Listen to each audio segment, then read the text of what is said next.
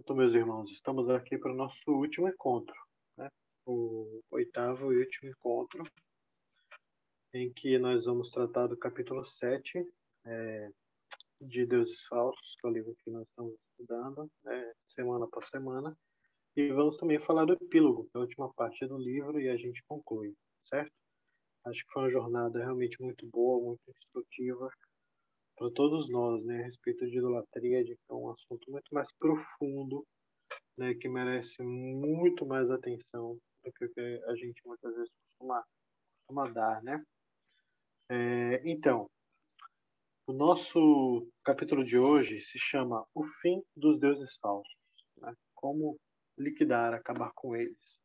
O epílogo, por sua vez, vai lidar com como identificar, né, descobrindo e substituindo os ídolos, digamos que é a parte prática. O capítulo 7 vai falar de como deuses falsos podem ser destruídos. Ok?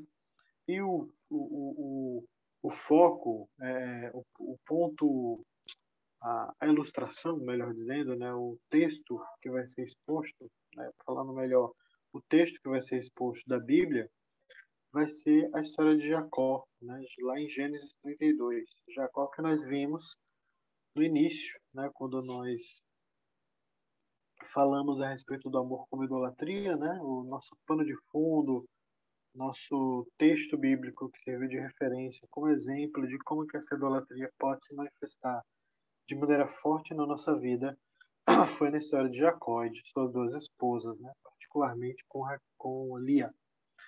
E agora a gente vai ver de novo a história de Jacó, Jacó agora em Gênesis 32, Jacó já casado, Jacó com suas duas esposas e com seus filhos, né?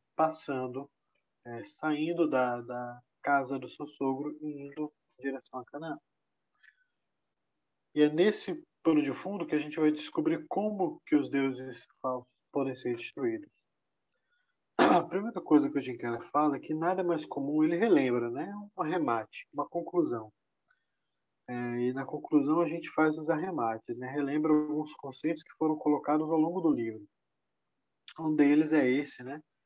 De que nada é mais comum na nossa vida do que ídolos. Né? Nós podemos adorar qualquer coisa na nossa vida. Nós podemos adorar o nosso próprio conhecimento, em vez da sabedoria de Deus, os nossos desejos, em vez da vontade de Deus, a nossa reputação, em vez da honra a Deus, as nossas relações sociais, em vez da comunhão com Deus. Tudo na nossa vida podemos transformar em ídolos. Lembrando que ídolos não são necessariamente coisas ruins, as coisas boas que começamos a gostar tanto delas que começamos a pensar que o significado das nossas vidas, nossa felicidade, nossa alegria mais fundamental depende dessas coisas existirem. Essas coisas existirem e estarem, digamos, de alguma maneira sob nosso controle, para nós vivenciarmos essa coisa. Então, nem sempre é uma coisa ruim, né? Muito pelo contrário, ídolos são coisas boas que se transformam nas nossas mãos em verdadeiros deuses falsos quando são elevados à categoria de Deus, quando nós exigimos deles aquilo que só Deus pode dar. E isso pode se manifestar em várias áreas da nossa vida, né? E é extremamente comum, irmãos. Não existe nenhum de nós aqui que não sofra com essa realidade de ter que lidar com idolatria constantemente, com pequenos ídolos que se manifestam no nosso coração. Aqui, só liberando aqui, Larissa. Boa noite, Larissa. E a esperança, então, para uma vida livre de idolatria, né, só surge quando nós entendemos que não basta apenas removermos os ídolos. Essa é uma outra tese, digamos assim, defendida pelo Tim Keller ao longo do livro. Não basta abandonar os ídolos, mas trocar a falsa adoração pela adoração ao Deus verdadeiro. A menos que você faça essa troca, não vai fazer muito efeito. Por quê?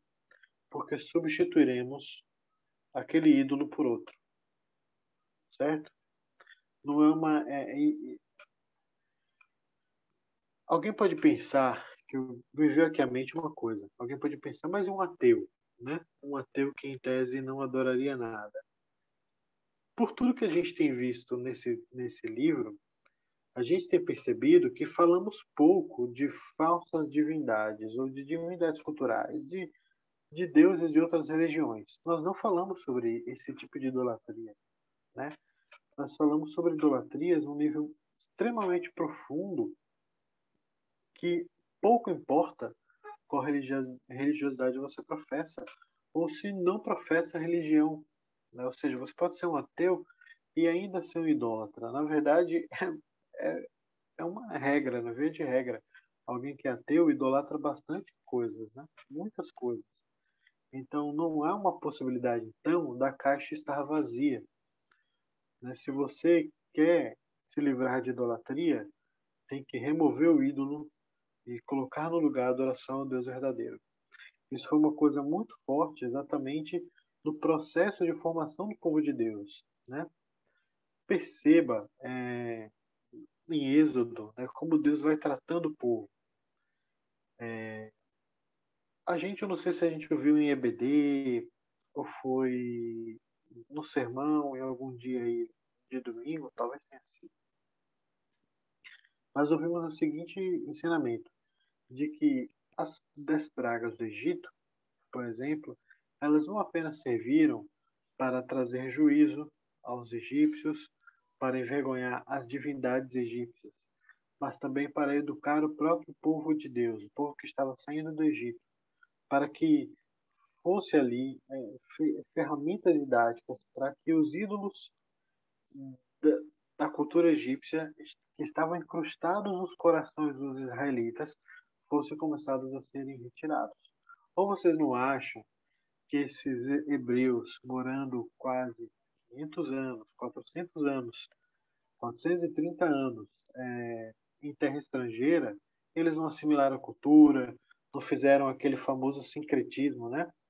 Não misturaram a adoração ao Deus de Abraão, de Isaac e de Jacó a uma adoração a Amon, uma adoração a Osíris, a Íris, né? E por aí vai. Por quê? Porque eles estão sujeitos a isso, né? E era necessário, então, ali no Êxodo e nos livros seguintes do Pentateuco, é muito interessante perceber esse processo pedagógico do Senhor com seu povo, tirando deles idolatria, né? E ainda assim, muitas vezes eles caem. O bezerro de ouro é o maior exemplo disso. Por que eles fazem um bezerro de ouro? Porque ainda há muita idolatria no coração deles. Que ainda há muita coisa que precisava ser removida, mas ser removida para ser substituída pela adoração ao Deus verdadeiro, Javé, não apenas para ficar com uma caixa vazia. Isso é muito importante, gente, por isso que eu me dedico muito tempo em falar sobre isso. E o que é pior? E aí volta aquela questão. Se da mesma maneira um ateu está longe de não ser um idólatra, em tese, ateus são idólatras de alguma coisa, também é verdade que apenas crer em Deus, e ainda que seja no Deus verdadeiro, né, genericamente, não causa o efeito necessário de te livrar de idolatria. É necessário, portanto, um encontro vivificante com esse Deus. Você ter o famoso encontro pessoal, né, que a gente chama também de conversão. É necessário ter de fato, irmãos. Isso muitas vezes pode parecer que é fora de moda, né, falar a respeito disso, mas é fundamental a gente falar. Não é apenas uma compreensão intelectual, certo? Uma compreensão intelectual de que a Bíblia está com razão, a Bíblia realmente é verdade. Não, não dá para refutar esses fatos. Gente, nós podemos compreender as coisas com a mente e elas não descerem para o coração.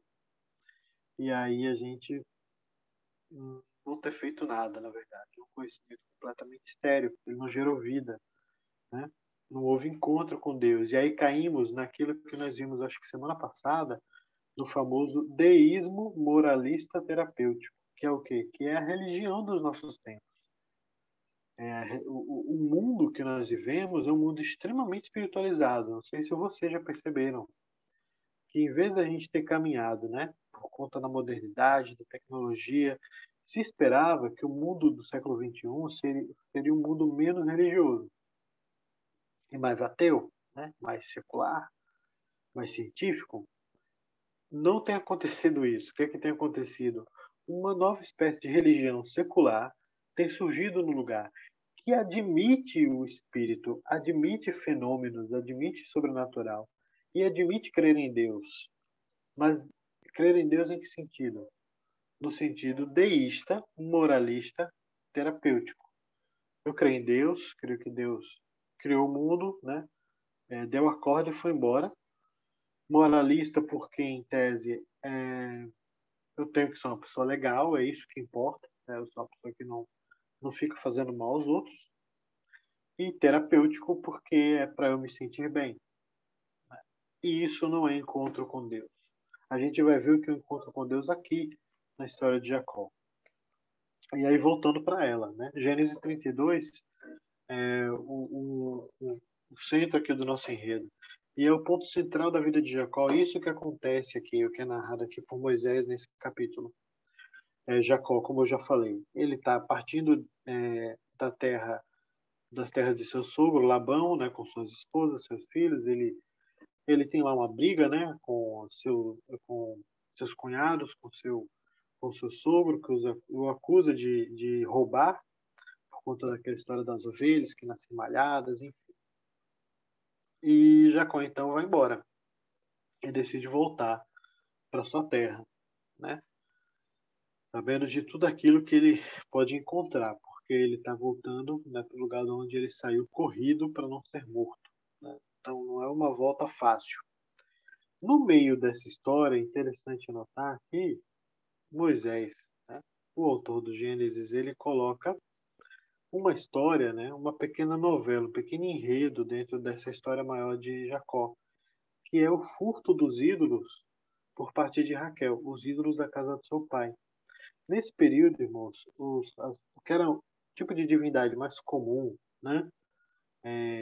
Tudo bem, você tinha os templos com os deuses mais famosos, mas no dia a dia, digamos que a quem as pessoas recorriam para para seus problemas, resolver seus problemas, enfim, eram os famosos ídolos do lar, né? Que eram esculturas de divindades várias, muitas muito famosas, outras nem tanto, mas que eram colocados dentro dos lares e ali era um pequeno altar, né, uma coisa assim, em que eles ali prestavam seu culto familiar, né? Eles eram muito, muito famosos. É importante lembrar que a família de Labão, né, onde Jacó se fala, não é uma família de crentes, né? A gente não vê ali por exemplo, nenhum relato em Gênesis de Deus se revelando à família de Labão, à família de Rebeca, né? Então, não causa surpresa que Labão seja um idólatra, que tinha ídolos lá. Mas causa surpresa Raquel roubar. Por quê? Porque Raquel é a esposa de Jacó, e Jacó é um cara que é herdeiro dessa herança, desse relacionamento com esse Deus que se revelou ao avô dele, ao pai dele, né? E agora está prestes a se revelar a ele também. Mas Raquel furta os ídolos da casa do seu pai, o que na visão do Tim Keller eu achei bem interessante, é o que é uma garantia de socorro caso o Deus de Jacó, né, do marido dela, não ouvisse, ou seja, aquela coisa, olha, pelo sim, pelo não, a gente está indo para uma terra estrangeira, não sei o que pode acontecer, né? Eu vou me garantir aqui, né? Eu vou roubar, né, esses ídolos, vou levar esses ídolos comigo, não porque não vai sentir falta, pode ver uma outra pessoa aí, uma outra família que possa vender a ele, fornecer a ele novos ídolos. Enfim, ela leva. E é interessante isso ser notado, né, nesse meio de caminho, porque, de novo, cria um, uma diferença entre o comportamento dela com de Lia, que a gente viu, né, no início dos nossos estudos. Né? Enquanto Lia é aquela que no quarto filho aprende que o que ela tem que fazer é louvar a Deus e não ficar se remoendo e migalhando o amor do marido, de que ela terá satisfação e amor verdadeiro em Deus, Raquel é aquela que pede também filho a Deus e é atendida, inclusive, mas nesse episódio aqui, furta ídolos da casa do seu pai e leva. O que também mostra, irmãos, que é muito um processo, certo? Que a idolatria é um processo, né? Ou seja, você vai ter sempre na própria história bíblica demonstrando isso, que o povo de Deus, depois de tudo que Deus faz, depois dos milagres que eles presenciam, ainda assim caiu em idolatrias que a gente pode pensar, meu Deus, mas que estupidez. Mas na prática a gente também faz isso, muitas vezes. Enfim, como se não bastasse, Jacó está indo na sua viagem, né, com sua caravana, uma verdadeira caravana. Jacó tinha conseguido muitas posses, tinha muitos servos, enfim, a família grande. E sabe que Esaú está indo ao encontro dele com 400 homens. Então as coisas parecem que podem ficar bem ruins, porque ele imagina que Esaú vai ao encontro dele para tomar satisfação e finalmente vingar, né, os erros de Jacó do passado.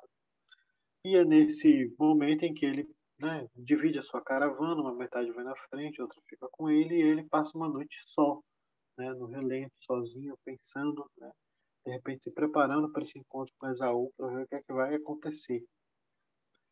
Ele, claro, vai tentar persuadir o irmão, né, com uma espécie de é, indenização, né, de indenização pela bênção perdida, pela bênção vendida, melhor dizendo. E é nesse momento em que acontece algo completamente extraordinário na vida de um homem que passou a sua vida inteira lutando por bênção, né?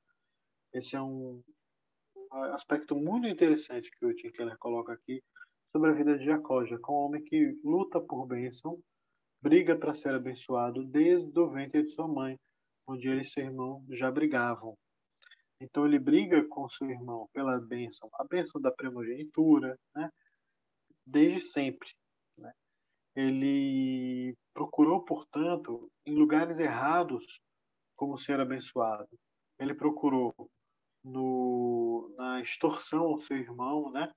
Vendendo, se aproveitando da fragilidade moral e física que o seu irmão tinha para receber a primogenitura, enganou o pai, né? Pensando que assim poderia receber a admiração e o amor que muito provavelmente não deveria receber como Esaú recebia de Isaac, e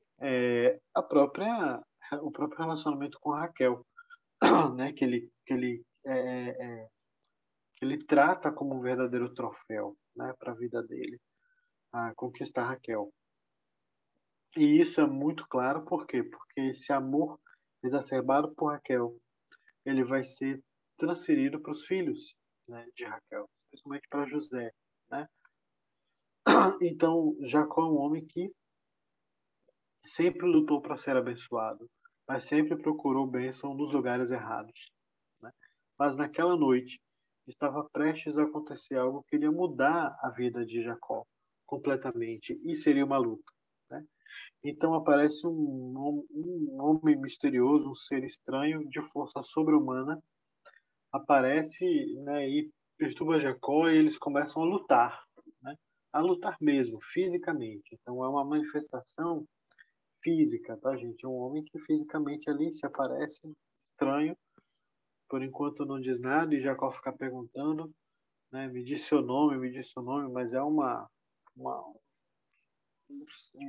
força sobre-humana, e eles vão lutando até o amanhecer. E o que acontece é que antes, né, do amanhecer, a teofania, né? Eu vou abrir aqui o texto, gente. Eu acho que o texto vai nos ajudar aqui. Deixa eu ler aqui rapidinho. Porém, Jacó ficou sozinho e o homem pôs-se a lutar com ele até o romper do dia. E quando viu que não prevalecia contra ele, tocou a junta da coxa de Jacó, se deslocou enquanto lutava com ele. Disse o homem: Deixa-me ir, porque o dia já vem rompendo. Porém, Jacó respondeu: Não te deixarei ir se não me abençoares. E ele lhe perguntou: Qual é teu nome? E ele respondeu: Jacó. Então disse: Não te chamarás mais Jacó, mas Israel, porque lutaste com Deus e com os homens e prevaleceste. Perguntou-lhe Jacó: Peço-te que me digas o teu nome. O homem respondeu: Para que perguntas meu nome? e ele o abençoou. Por isso Jacó deu lugar ao nome de Peniel, dizendo: de fato, vi Deus face a face e minha vida foi preservada. Eu só nascia quando ele atravessou Peniel e mancava de uma perna. Então, o que é que acontece? Né? Ele encontra sozinho, ele encontra esse homem que põe-se a lutar com ele, e aqui é interessante, né? Esse homem é um homem de força sobre-humana, mas o que é que o narrador diz? Que Jacó prevalecia contra ele, né? E o entendimento é esse, tipo, digamos que esse homem misterioso, ele deixa Jacó prevalecer, né? Até chegar no momento em que apenas com um toque, né, sem nenhuma força, faz Jacó mancar de uma perna. E aí, digamos, né, Jacó rendido, né? Tipo, um homem, imagine, né, uma pessoa muito forte contra uma pessoa muito fraquinha. E essa pessoa muito forte deixa a fraquinha bater, se cansar, até quando ele resolve, né, que vamos parar com a luta. Aí dá um golpe bem simples e a pessoa fraquinha se rende, né? É isso que acontece aqui, né? Esse homem misterioso, ele deixa Jacó prevalecer e no momento em que ele decide acabar com a luta, simplesmente toca junto da coxa de Jacó e ela se desloca, né? E aí Jacó se rende. E o homem fala: deixa eu ir, porque já veio o dia rompendo, né? Por quê? Porque esse homem, a gente vai ver, é Deus, né? É uma teofania. O que são teofanias? São manifestações físicas de Deus que acontecem ao longo do Antigo Testamento. Há um termo que é muito comum utilizar, irmãos, no Antigo Testamento para isso, que se chama anjo do Senhor. Muitas vezes esse anjo do Senhor não é um anjo, né, como Gabriel, Miguel, mas o próprio Senhor, anjo do Senhor como a manifestação física do Senhor. Alguns intérpretes da Bíblia, eu tendo particularmente a gostar dessa linha de interpretação, entende que esse anjo do Senhor, né, essas manifestações visíveis de Deus no Antigo Testamento são o Senhor Jesus Cristo, né? De alguma forma transfigurado, mas antes de encarnar do homem, né? Mas é assim, isso é a controvérsia, ou seja, não é um ponto pacífico, né? Mas o fato é que ali é Deus lutando com Jacó de fato, né? E aí Jacó luta dessa vez e insiste, né? Insiste na sua luta para que ele seja abençoado, né? A grande vitória de Jacó aqui é ser abençoado, né? Sair da luta abençoado. Bênção, irmãos, é a palavra-chave para entender o primeiro livro da Bíblia, Gênesis.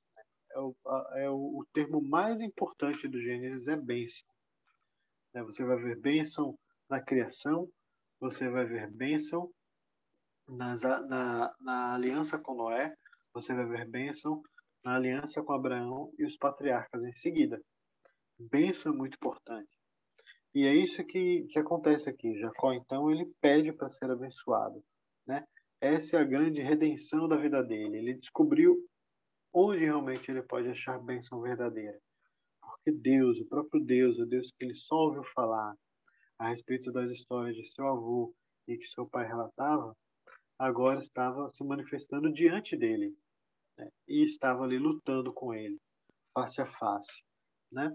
E porque é que o Senhor precisava ir antes que o sol nascesse, para que o rosto de Deus não ficasse nítido, né? E ver a glória de Deus, ver a Deus, era uma coisa terrível e temível, porque as pessoas morriam, não poderiam suportar, né? Pense numa glória que é muito maior do que a maior explosão atômica possível, né?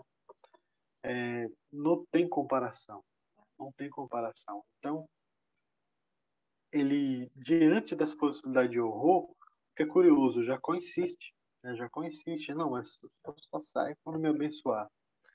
E aí, Deus abençoa Jacó, né?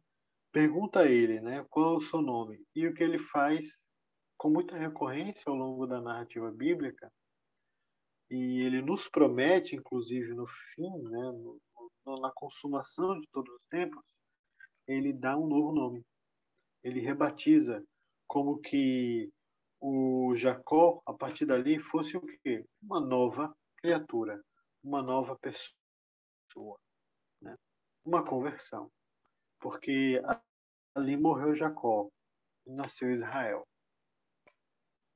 Ali morreu um homem que era conhecido como um suplantador, um enganador, né, que tinha como seus ídolos a sua própria vontade, os seus desejos, a vontade de ser abençoado, não importasse se passasse por cima do seu pai, do seu irmão, não importasse se iria envolver sua mãe num crime, num erro, né? Alguém que também se mete em rolos com seu sogro, né? Que se casa com duas mulheres e que acha que a mulher vai ser de repente a redenção da vida dele. Esse homem cheio de defeitos, que não tem a menor vocação para ser herói, né? É aquele que agora, nesse momento, está sendo convertido e ganha um novo nome, né? O seu batismo. Ele agora se chama Israel. Por quê? Porque lutou com Deus e com os homens e prevaleceste. Não prevaleceu pela sua própria força. Quando é que Jacó é convertido? É quando ele toca a coxa, quando ele fica manco. Né? O que ele fala? Uma coisa interessante.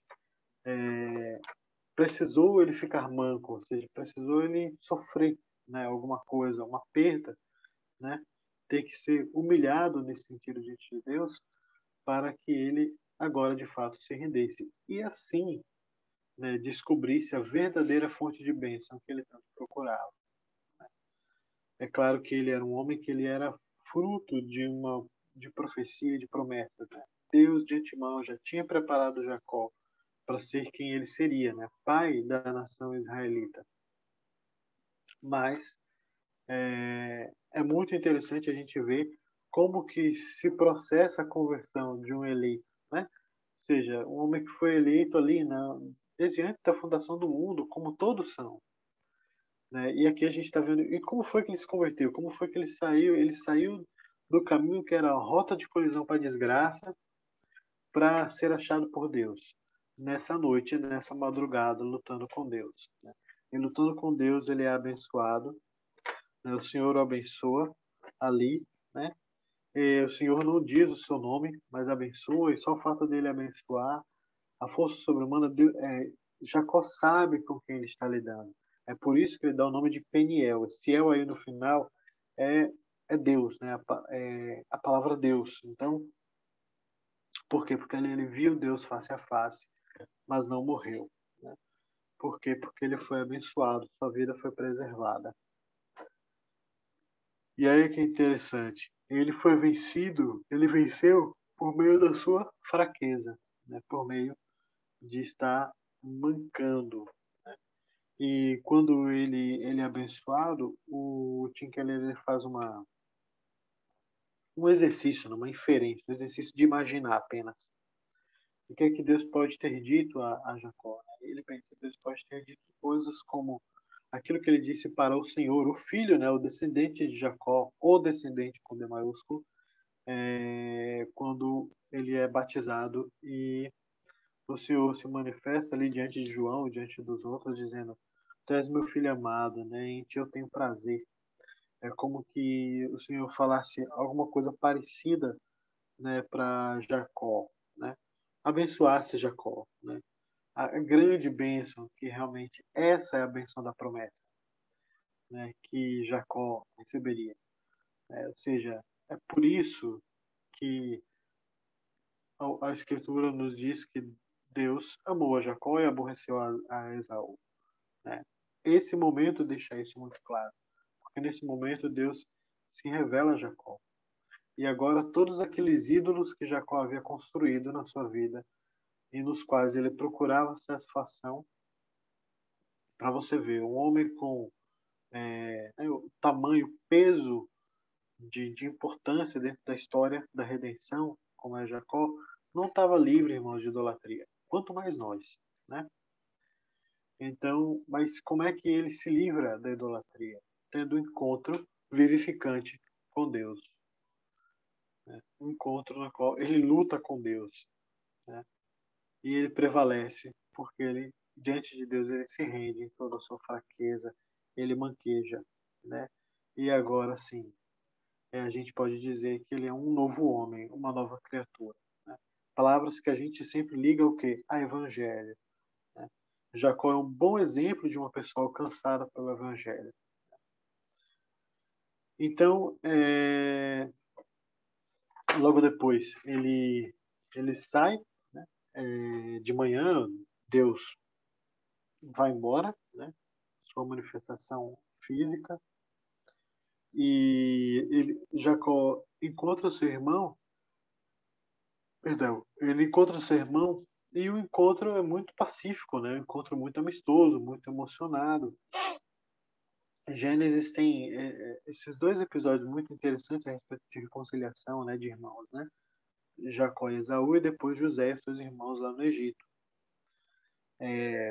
E eles se encontram e se abraçam, e Jacó dá os presentes, os donativos, enfim, e parte cada um para o seu lugar, né? Esaú tinha uma outra vida, era uma outra história, e Jacó parte então para a terra que havia sido prometida para os seus antepassados. E retorna para lá. E aí o que o Tim Keller fala, finalizando esse capítulo, né? De que para que Jacó fosse abençoado, ele que não era um modelo de herói, né? Não havia feito nada de honroso. Você pode pensar de maneira errônea que Davi foi abençoado porque derrotou Golias. Eu suponho, cara, que muita gente deve pensar assim, que Davi foi escolhido rei porque derrotou o gigante, né? Quando que a narrativa bíblica é muito clara, ele é escolhido rei antes, né, de fazer qualquer coisa. Mas é muito tentador para a gente pensar Davi como herói, apesar de todos os defeitos dele. Pensar Samuel como herói, Moisés como herói, né? Pensar Josué, pensar Abraão até como um herói. Abraão, inclusive, ganha guerras.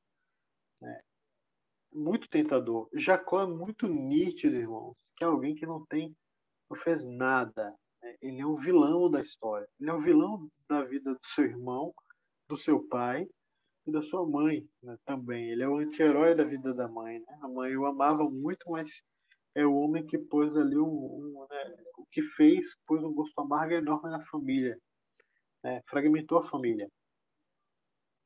É um homem malquisto pelos seus cunhados, pelo seu sogro, e tem grandes problemas em casa. Ele não tem, então, nada de interessante que a gente possa justificar, usar como mínima justificativa para que ele fosse abençoado. A menor.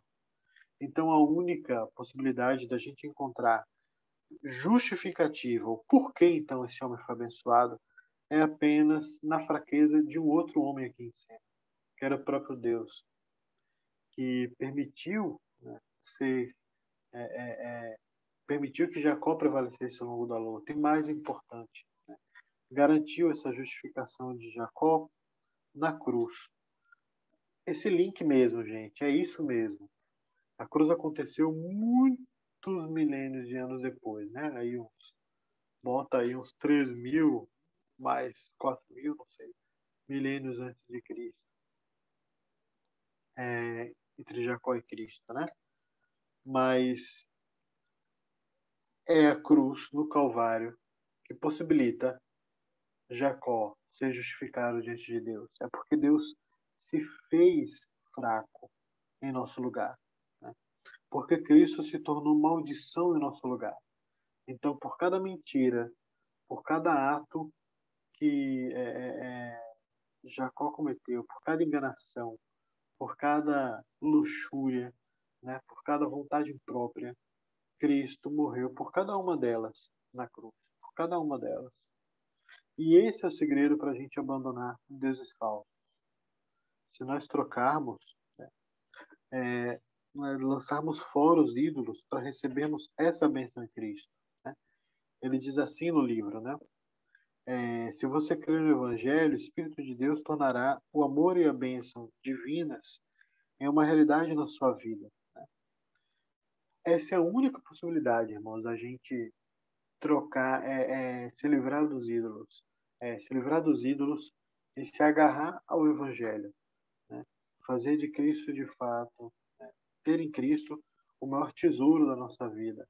Né? Não apenas uma crença nominal ou uma crença mental, mas uma crença diária. O que o Tim Keller fala é um termo muito interessante, uma salvação funcional, né, que na prática ela molda a nossa vida, o modo como nós encaramos as coisas, os problemas, o que nos acontece, as orações não respondidas, as situações inesperadas, né?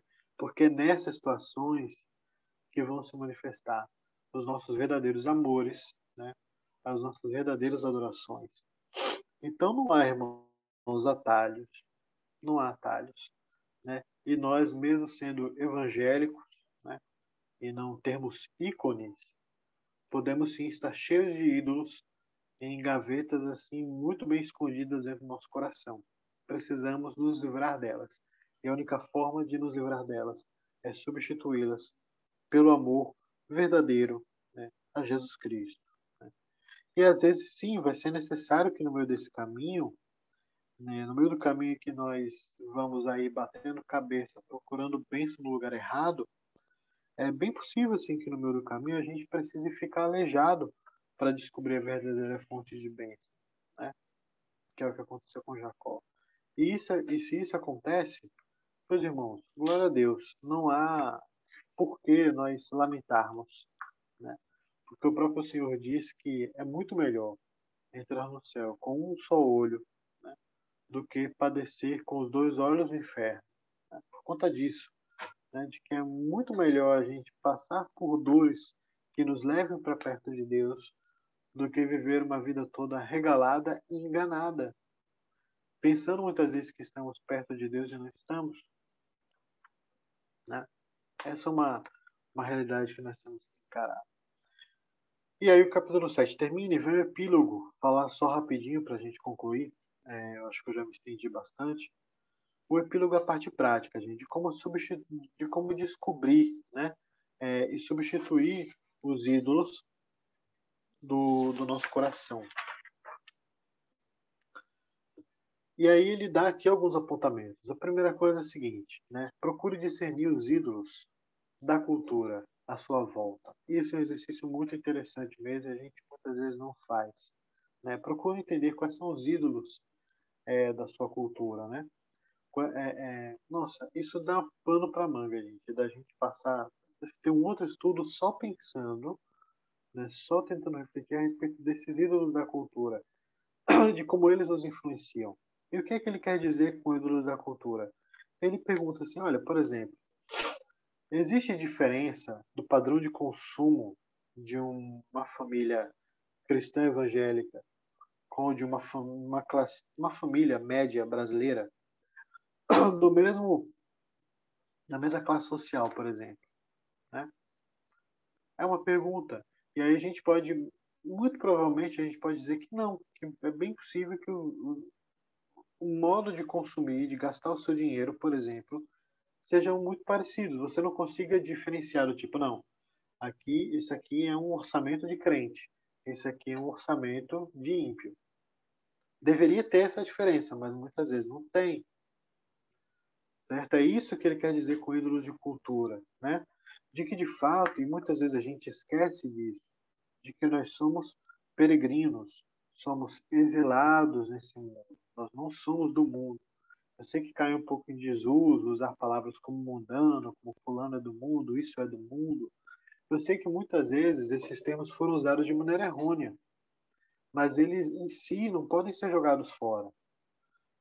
Por quê? Porque a gente vai perder de vista, por exemplo, a necessidade de fazer esse discernimento dos ídolos que se manifestam na nossa cultura. Quer ver uma coisa, um exercício bem básico que a gente faz? Por exemplo, por que é que crentes não pulam carnaval no Brasil? Né, que é uma festa, é a maior festa popular do país, né? Em tese, nem é uma festa religiosa, né? Que a gente pode dizer, não, mas é uma festa religiosa, adora outras divindades, sei lá, não é nem isso. Mas nós não pulamos carnaval. Por que, é que nós não pulamos carnaval? Porque identificamos ali, né, ídolos da cultura, né, ídolos que são muito fortes dentro da cultura brasileira, né, latino-americana, não sei, são muito fortes ali no carnaval e que eles, por serem ídolos, obviamente, são opositores de Deus. Não faz sentido a gente se misturar com essa idolatria? Ah, e como o carnaval é idolatria?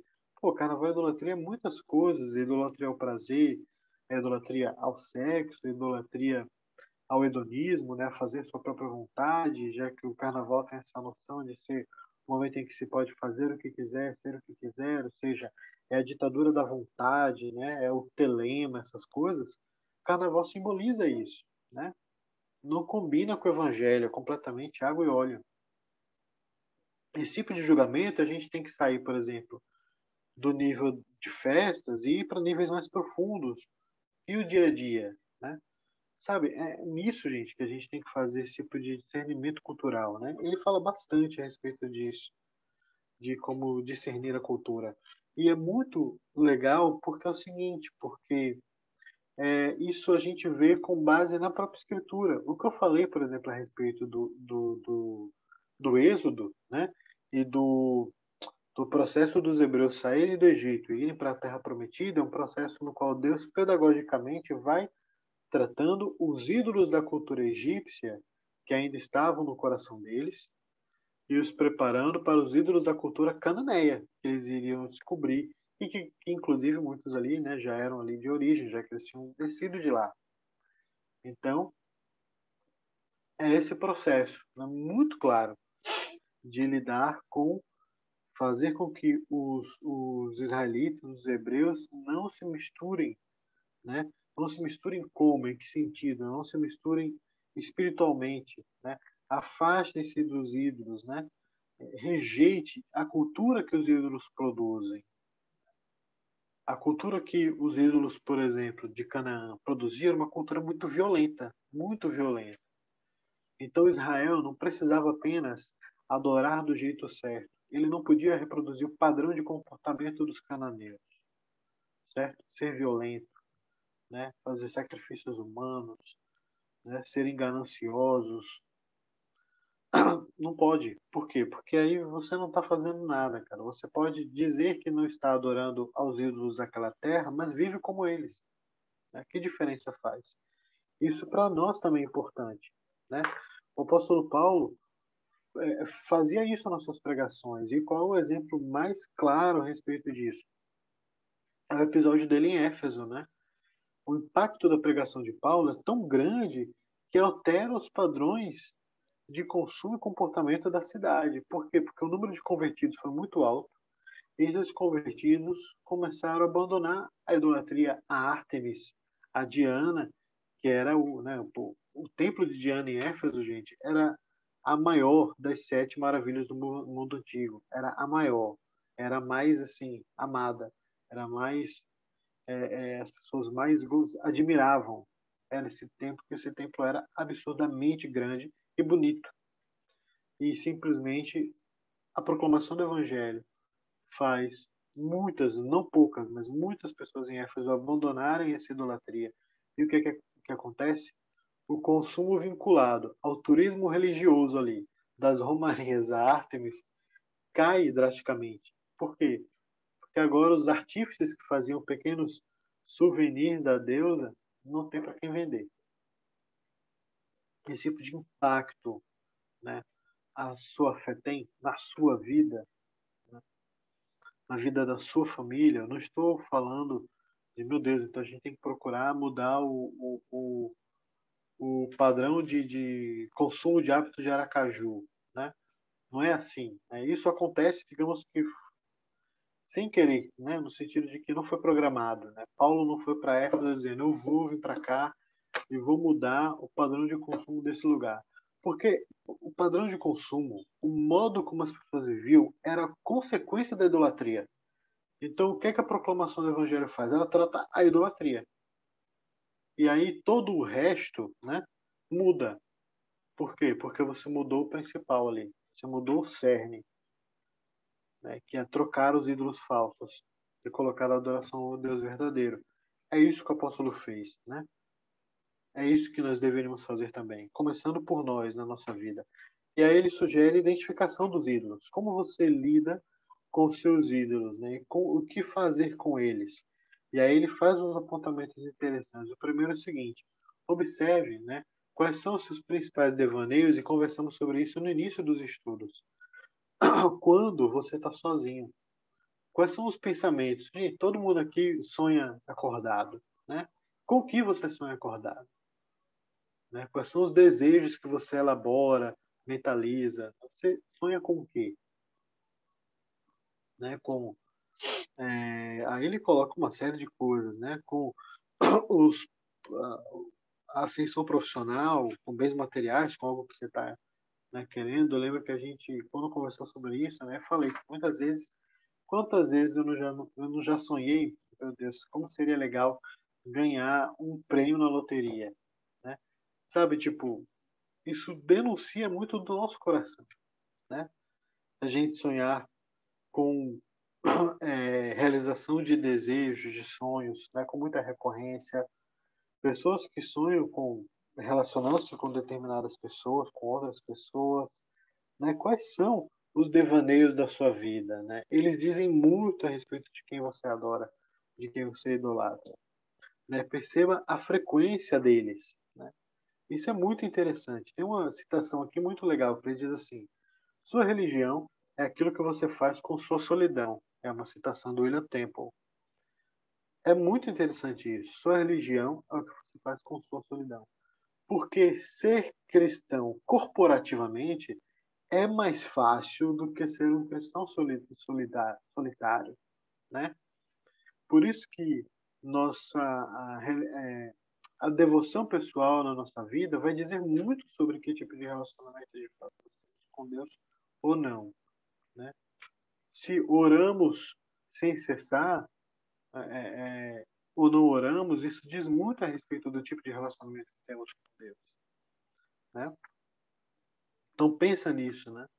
Outra opção que ele dá é pense em como você gasta dinheiro, porque o uso do dinheiro diz, né, onde está o amor, né, da sua vida, né? Aí ele fala que você gasta mais dinheiro com o quê, né? Se o dinheiro é gasto de uma maneira equilibrada, você gasta dinheiro com caridade, você ajuda os pobres, você investe no ministério, no evangelho, né? Ou você gasta mais para o seu consumo, realizar a sua felicidade, e dar, digamos, o bom e o melhor para seus filhos. Quando, por exemplo, você poderia abrir mão de certos luxos para ajudar outras pessoas, né? E ensinar, inclusive, isso para os seus filhos, para que eles cresçam, né, dentro dos valores do Evangelho. A gente muitas vezes pensa que o valor do Evangelho é apenas lutar pelo casamento monogâmico e heterossexual, né? O casamento entre homem e mulher, eu prefiro esse termo. É isso, mas não é só isso, né? Isso é pouco, isso é uma parte, mas é muito mais do que isso. É isso também. É beleza, é lutar pela família monogâmica, né? Formada por homem e mulher, né? O casamento é entre homem e mulher, beleza, né?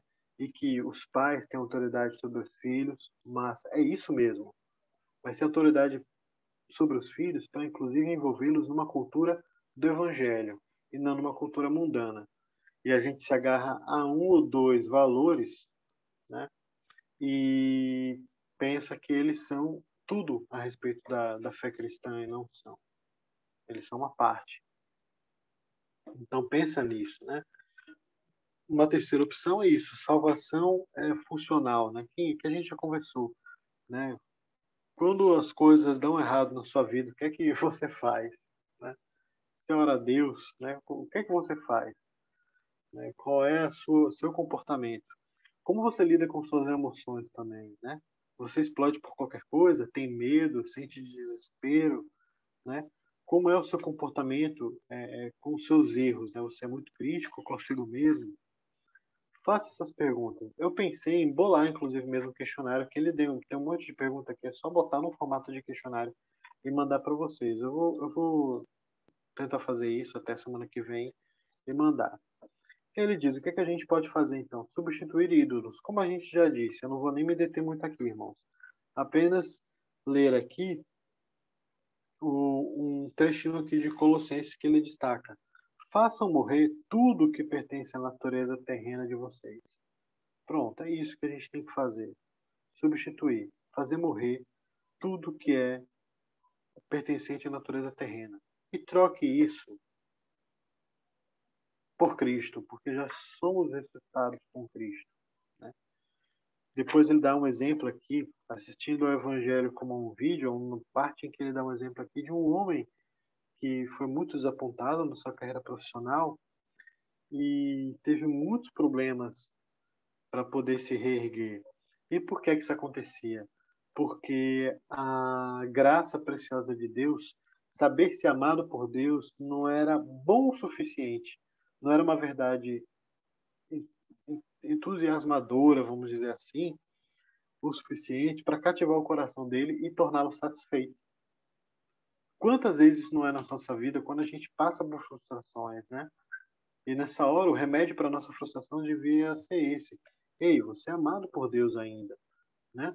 Você ainda é precioso para Deus. Eu sei que essas coisas ruins aconteceram, né? Não foi muito bom, mas o melhor você ainda tem, né? E quantas vezes isso realmente nos consola, né? Ou não? Fica também realmente essa pergunta, né? E aí, qual é o modo da gente trabalhar isso? Trabalhando aquilo que a gente já viu, né, nos outros livros que a gente estudou em grupo, que é trabalhando a piedade, trabalhando a devoção, trabalhando a adoração, porque a adoração é uma forma prática de identificar a idolatria no nosso coração. Fazer só exercício teórico, ler livros, é uma parte também, mas precisa da parte prática, precisa da adoração manifestada onde? Nas disciplinas espirituais, boas e velhas. Oração, adoração em comunidade, meditação na palavra de Deus, jejum, enfim. Não faltam essas ferramentas diante de nós, né? E por último, irmãos, seja paciente, no sentido de entender uma coisa. Não tenha a ilusão e o falso ídolo de que você vai se tornar, nesta parte da existência, né, um homem 100% puro, uma mulher 100% pura, né, livre da tentação da idolatria. A ideia e o verdadeiro cristão maduro é aquele que vai caminhando, caminhando e vendo, tendo plena consciência de que ele ainda nem chegou no fundo verdadeiro, né? Ele só está cavando, cavando e vendo, meu Deus, como é coisa feia aqui, viu? E como que a graça precisa realmente ser abundante na nossa vida. E aí o livro acaba, gente, e nós encerramos, né? Falando isso, sejam pacientes no sentido de saberem que essa luta contra a idolatria não acaba com o estudo, com o livro, mas essa é uma constância na nossa vida que a gente precisa vigiar, orar e se entregar a Cristo, de maneira que quando a gente vier, né, morrer, que nós estejamos num estágio assim em que precisa ser precisa cavucar muito para achar um ídolo em nossa vida, né? De que a nossa satisfação em Cristo seja muito clara, né? Seja muito forte em nós. Que o Senhor então nos abençoe, né? Nos guarde e nos ajude nessa luta diária contra os falsos deuses.